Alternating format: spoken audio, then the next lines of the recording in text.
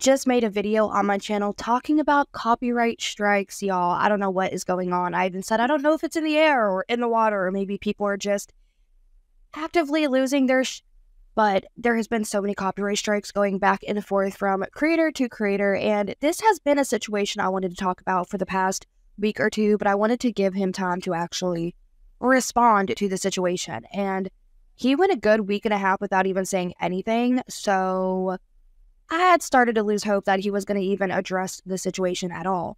But in case you can't tell by the title, we're going to be talking about TheManniiShow and how he copyright striked two different people's channels.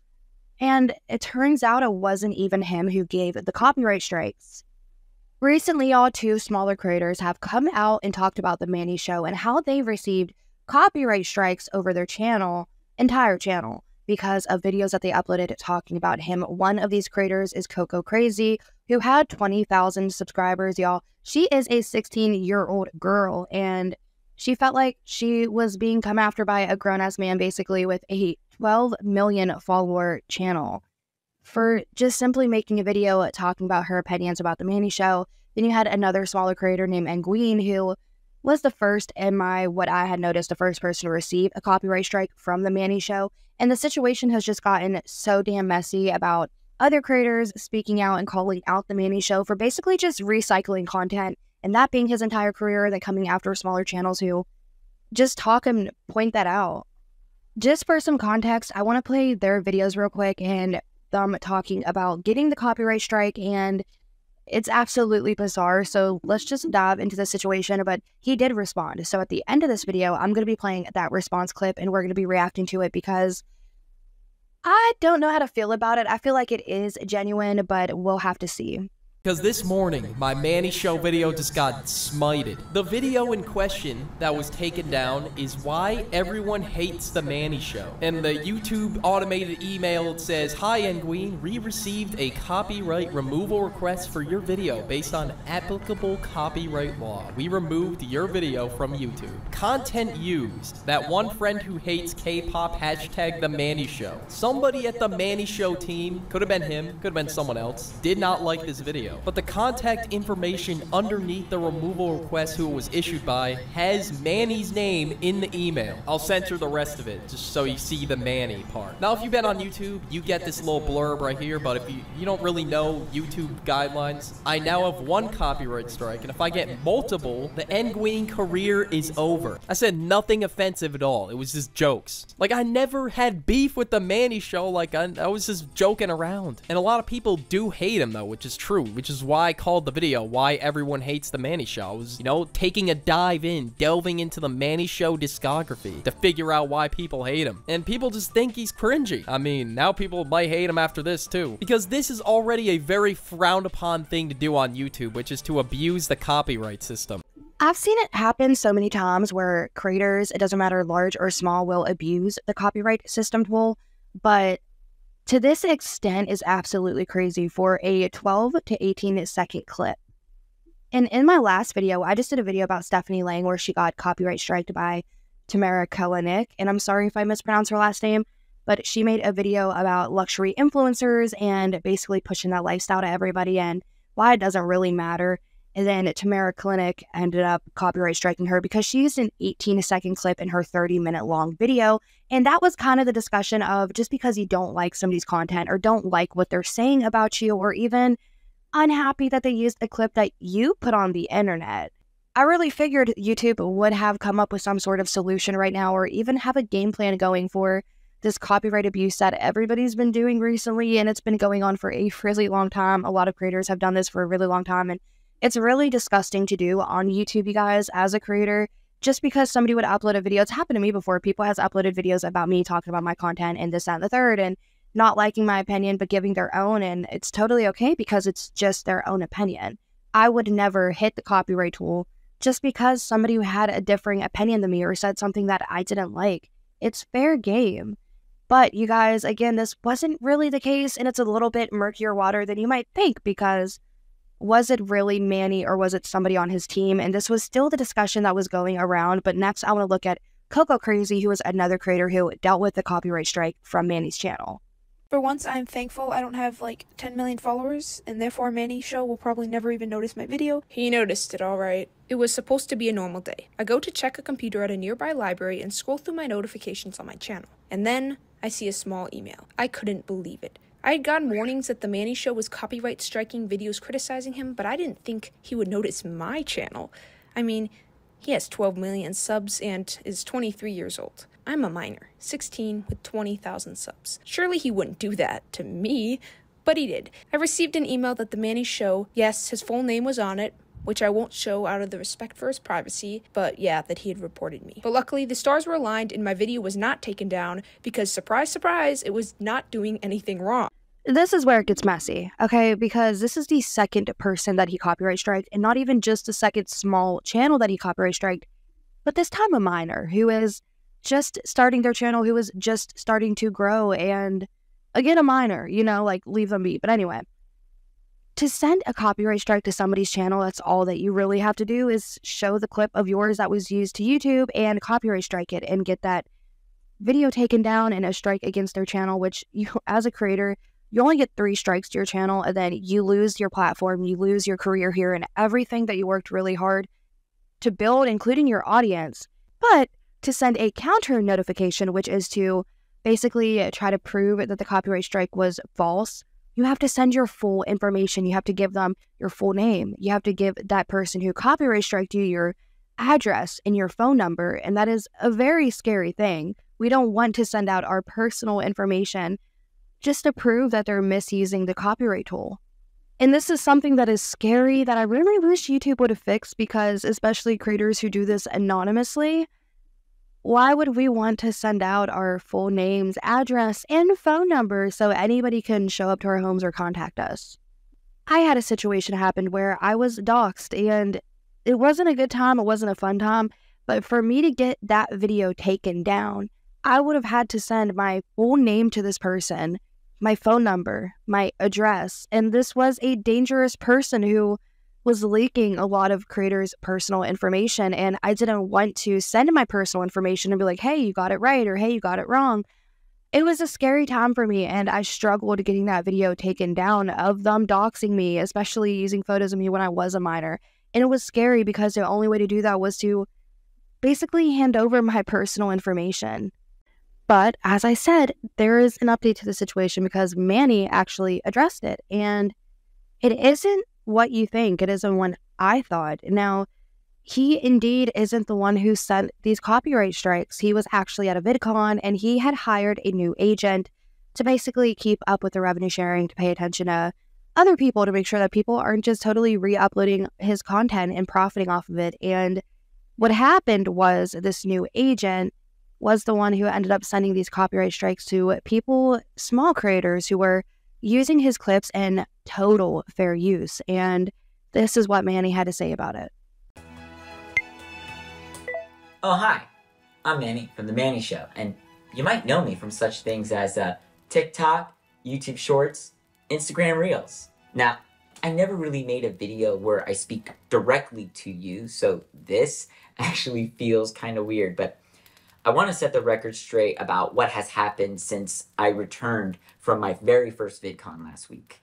So, being a content creator, it's a full-time job, and it's a ton of work. And my team is literally just me and my friend. So ahead of VidCon, I hired an agent to help me manage my monetization sharing, and they went beyond by filing a copyright claim on Nguyen's video and flagging some others. I'd gotten warnings that TheManniiShow was copyright striking videos criticizing him, but I didn't think he would notice my channel. Surely he wouldn't do that to me, but he did. I received an email that TheManniiShow, but yeah, that he had reported. And one of my videos had a copyright takedown, which is very new to my channel. The video in question that was taken down is why everyone hates The Manny Show. Yeah, I'm the genius who hired them, but never with the intention to suppress any content or take down accounts. Like me, as someone who has been censored by TikTok multiple times, like, I am firmly against censorship. And there you have it. The Manny Show didn't send these copyright strikes. He was at VidCon. And indeed, it was somebody on his team who he hired who probably got a little bit power hungry after being hired by somebody with 12 million subs and felt like they had the right to go around and copyright strike smaller channels who were 100% under fair use. And this could have been very messy for The Manny Show because you can get in serious trouble for misusing the copyright system. When I had seen him post this upload saying basically owning up to these copyright strikes and these allegations of him being the one to send these copyright strikes, I was expecting to hear some bullshit, you know? But this is honestly a pretty good apology video, and dare I say what all YouTube apology videos should be. It's genuine, it's sincere, and he's owning up to the fact that this did happen. It wasn't him who did it, but he did hire somebody who did indeed copyright strike these two channels, but he is doing his best to have this damage reversed. What this situation seems like is one big messy mistake. It seems like he hired somebody, and as he said, to help with the revenue sharing with other creators, people who were uploading his clips, it seems like the person he hired, his agent, misheard or like misunderstood the assignment, because instead of striking videos that were solely made up of his content without any type of transformative value, it seems like he was going after smaller creators who he knew could be stricken down easily and striking channels for using 12 to 18 second clips.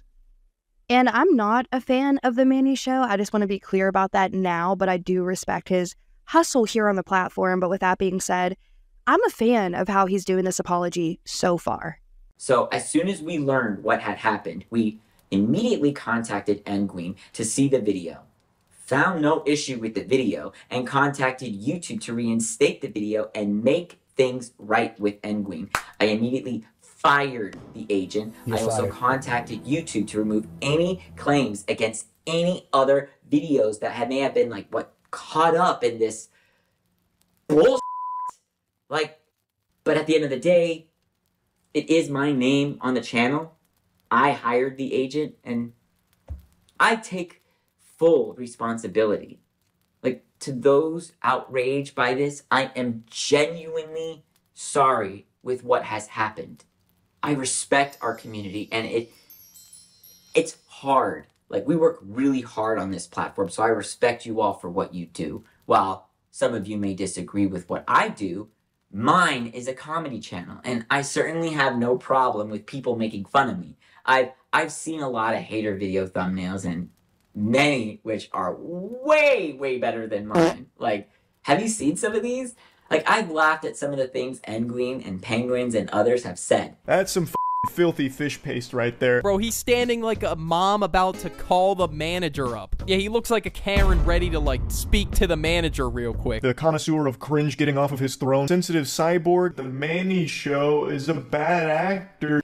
In fact, I am a big fan of Penguins, aka Charlie, and love his work and the things that he says. The Manny Show acts like he's a vampire and jokes are the garlic. After he said my name, I was actually kind of starstruck, but heartbroken at the same time because he might think I'm Brent Rivera 2.0. Okay, since I'm kind of on a wave right now of making videos talking about everybody who's getting copyright striked, if y'all are unfamiliar with the Brent Rivera situation where he actually sent a copyright strike over Dumpy's, he's another small creator, over Dumpy's channel, it was absolutely bizarre and insane, and Brent Rivera is terrible, just a terrible human being for that. But yeah, Dumpy made a video basically calling out how he just steals content, and then made another video talking about how he's just a shit person, and just gave his thoughts and opinions, and Brent Rivera sent a copyright strike over his entire channel for not liking his opinion. So yeah, it's upsetting thinking that somebody could be shed in this type of light or be viewed as this copyright abuser whenever Manny indeed wasn't the one who actually sent the copyright strikes. He didn't do it himself, and he actually laughed at the content that was uploaded that was copyright striked, and he said he wouldn't silence another creator for having a differing opinion or for something he didn't like. He just said himself he's a comedy channel, and he should be able to laugh at himself, and he feels really bad for these copyright strikes being sent out.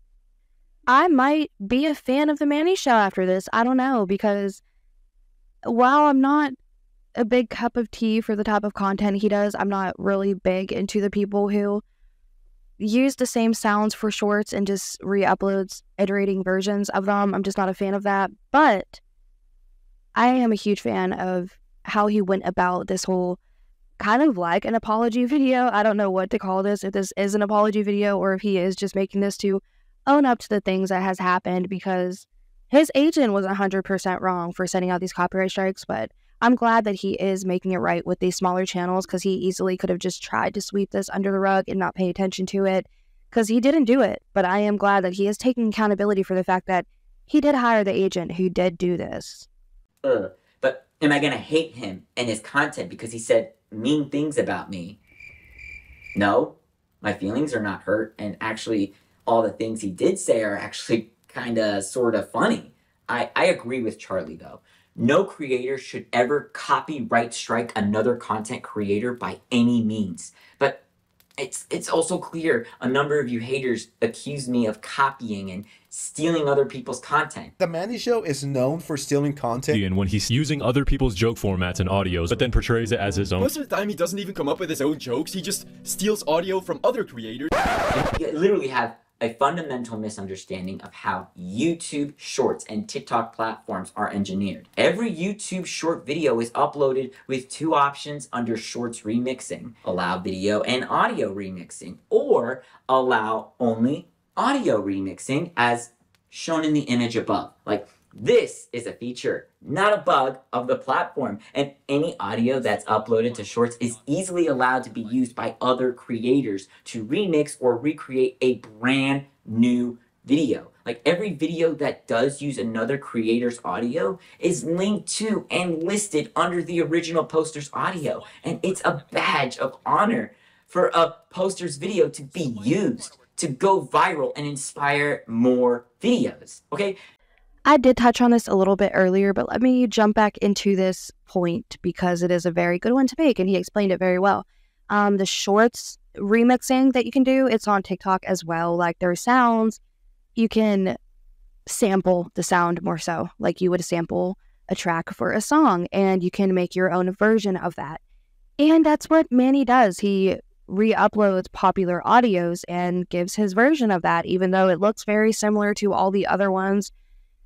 There is only so much you can do with the sound, okay? And there was a situation with Brooke Monk where on TikTok, somebody was actually like, oh my goodness, like, she did the same video as me and bit off my content. But it wasn't even her content. It wasn't even her original sound. It was just a viral sound that was trending that everybody was making their own versions to. And while a lot of them were very similar, it was very clear that they were just going off of the sound that was trending at the time and not really the other person's content that they were accusing that person of stealing. So Brooke Monk ended up firing back at this woman and was like, no, like, I just sampled the sound. It's not a bug in the platform. It's not copying. It's just, it's a tool that you can use to create a video whenever somebody else's video inspires you to do that. And as Manny just explained, that's what he does.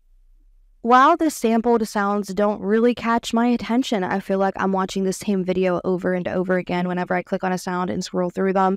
It's not my cup of tea, but it's not stealing content. It's sampling the audio and creating similar content because the video inspired you. And I've seen a lot of creators get slack for this, saying it's stealing content. And I feel like some people do copy down to the T other people's content, but I don't feel like that's the case for Manny or Brooke Monk for that situation. But yeah, he wrapped this video up by saying that he does give the creators credit. He gives them the inspired by credits that he leaves on his videos. I don't know. I don't watch them, but I'm sure he does that. If he just said he did, I don't know. Y'all go check it out and call him out if he doesn't. I don't know what to tell you. But with that being said, I'm just going to go ahead and wrap this video up. I feel like the situation was super messy there for a while. Like, he was going without responding and uploading a shit ton of shorts, and people were calling that out. But here he is responding. I don't know. This video is barely edited, so maybe it took him a week to edit the response. I don't know. With that being said, I hope y'all enjoyed this video. Let me know your thoughts and opinions about it in the comment section down below, and I'll catch you in the next one.